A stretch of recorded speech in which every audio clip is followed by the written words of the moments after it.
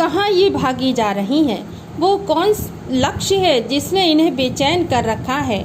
अपने महान पिता का विराट प्रेम पाकर भी इनका हृदय अतृप्त ही है, तो वह कौन होगा जो इनकी प्यास मिटा सकेगा? अब उन्हें देख करके ऐसा लग रहा है कि ये कहाँ भागी जा रही हैं। कौन सा लक्ष्य है जिसको ये पाने के लिए बेचैन हो रखी हैं और भाग रही हैं, यानी बह रही हैं तो भाग रही हैं, ऐसा लगता है। अपने महान पिता का विराट प्रेम पा करके, अपने महान पिता अर्थात हिमालय का बहुत ज़्यादा प्रेम पाकर भी इनका हृदय अतृप्त ही है, यानी तृप्त नहीं हुआ है, पूरा तरह से संतुष्टि नहीं मिली है। तो फिर वो कौन होगा जो इनकी प्यास मिटा सकेगा? फिर वो कौन होगा जो इनकी प्यास मिटा सकेगा? बर्फ़ जली नंगी पहाड़ियाँ, छोटे छोटे पौधों से भरी घाटियाँ, मंधुर आदित्यकाएँ, सरसब्ज उपत्यकाएँ, ऐसा है इनका लीला निकेतन। बर्फ़ जली नंगी पहाड़ियाँ, यानी जब बर्फ़ होती है और उसके बाद बर्फ़ जब निकल जाती है तो काई काई सी लगती है, तो ऐसा लगता है जैसे बर्फ़ से जली हुई नंगी पहाड़ियाँ हैं और छोटे छोटे पौधों से भरी हुई घाटियाँ हैं। बंधुर आदित्यकाएँ हैं, सरसब्ज उपत्यकाएँ हैं, यानी छोटी छोटी जहाँ पर सब्जियाँ वगैरह उगाते हैं उसको सरसब्ज उपत्यकाएँ बोलते हैं। ऐसा है इनका लीला निकेतन। लीला निकेतन, निकेतन माने होता है घर, ऐसे इनकी लीला करने का घर है, यानी जो क्रीड़ाएँ ये करती हैं इनका घर ऐसा है। खेलते खेलते जब ये ज़रा दूर निकल जाती हैं तो देवदार, चीड़, सरो, चिनार, सफ़ेदा, कैल के जंगलों में पहुंचकर शायद इन्हें बीती बातें याद करने का मौका मिल जाता होगा। यानी जब ये बहती हैं बच्चों, तो बहते बहते जंगल भी जब आते हैं, कहते हैं जंगल लगाने से बाढ़ नहीं आती, है ना, आपने पढ़ा होगा। तो जो ये बड़े बड़े जंगल हैं किसके,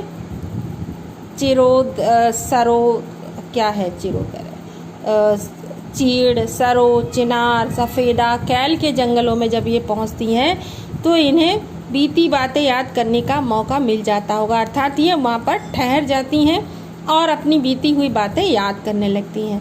कौन जाने बुढ़ा हिमालय अपनी ये नटखट बेटियों के लिए कितना सिर धुनता होगा।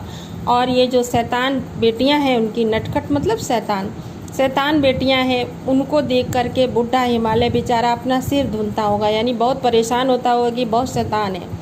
बड़ी बड़ी चोटियों से जाकर पूछिए तो उत्तर में विराट मौन के सिवाय उनके पास और रखा ही क्या है। और अगर आप बड़ी बड़ी चोटियों से जाकर के ये पूछें तो उनको उत्तर में कुछ नहीं मिलेगा, एक गंभीर मौन है में और कुछ नहीं। चोटियाँ बोलती तो हैं नहीं, है ना।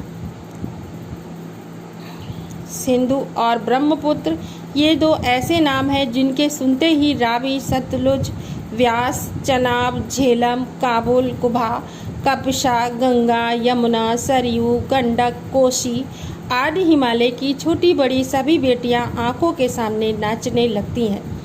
सिंधु और ब्रह्मपुत्र बच्चों ऐसी नदियां हैं जो बहुत बड़ी हैं और इनके नाम सुनते ही जो छोटी छोटी नदियां हैं, रावी, सतलुज, व्यास, चनाब, झेलम, काबुल, कपिशा, गंगा, यमुना, सरयू, गंडक, कोसी आदि हिमालय की छोटी बड़ी सभी बेटियां आंखों के सामने नाचने लगती हैं। मतलब ऐसा लगता है जैसे वो सामने आ गई हैं। वास्तव में सिंधु और ब्रह्मपुत्र स्वयं कुछ नहीं है। ये जो सिंधु और ब्रह्मपुत्र नदियां हैं वास्तव में अपने आप में कुछ नहीं है।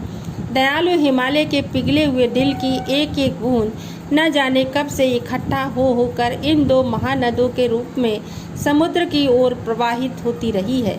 ये जो हिमालय से बर्फ़ पिघलती है ना, उसको ही लेखक बोल रहा है कि दयालु हिमालय के पिघले हुए दिल की, यानी बर्फ़ जो पिघलती है वो उससे पिघले हुए दिल की एक एक बूंद न जाने कब से इकट्ठा हो करके इन दो महानदों, यानी बड़ी बड़ी जो नदियां होती हैं उनको महानद बोलते हैं, महान नदियां, महानदों के रूप में समुद्र की ओर प्रवाहित होती रही हैं, यानी समुद्र की ओर बह रही हैं।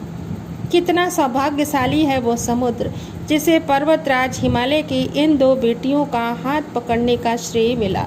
और वो समुद्र कितना सौभाग्यशाली है जिसे पर्वतराज हिमालय की इन दो बेटियों का हाथ पकड़ने का श्रेय मिला।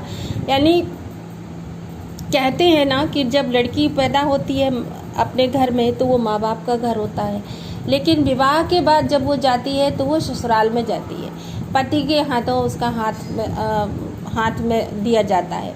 वैसे ही हिमालय को लेखक पिता बता रहा है और समुद्र को उसका पति। तो ये क्योंकि वो समुद्र में जाकर मिलती हैं, इसलिए वो समुद्र जिसे पर्वतराज हिमालय की इन दो बेटियों का हाथ पकड़ने का श्रेय मिला है, यानी ये इसका श्रेय मिला है, यानी वहाँ जाकर के ये मिली हैं।